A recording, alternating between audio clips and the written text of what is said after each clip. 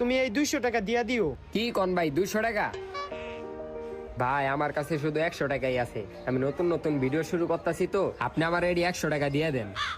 আজকাল এই ভিডিও করাটা অনেক ট্রেন্ডিং এ আছে। আচ্ছা তোমার কত ফলোয়ার আছে? ভাই আমার এখন 150 ফলোয়ার আছে, কিন্তু আমি অনেক পরিশ্রম করুম, আপনি দেখেন একদিন আমি সফল হবো।